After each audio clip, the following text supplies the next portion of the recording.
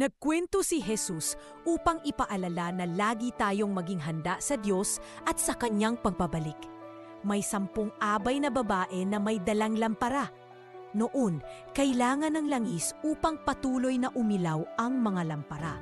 Masaya silang naghihintay sa pagdating ng lalaking ikakasal. Ngunit 5 ay mangmang at walang dalang ekstrang langis, habang ang 5 ay matatalino at nagdala ng dagdag. Matagal dumating ang lalaking ikakasal, kaya't nakatulog silang lahat. Nang hating gabi, may sumigaw, "Narito na ang ikakasal. Lumabas kayo upang salubungin siya." Nagising silang lahat at inayos ang mga lampara. Ang mangmang ay nawala ng langis at humingi sa matatalino. Ngunit tumanggi ang mga ito at sinabing bumili sila. Habang wala sila, dumating ang ikakasal. Ang mga matatalino ay nakapasok sa piging at ang pinto ay isinara. Pagbalik ng mga mangmang, huli na ang lahat.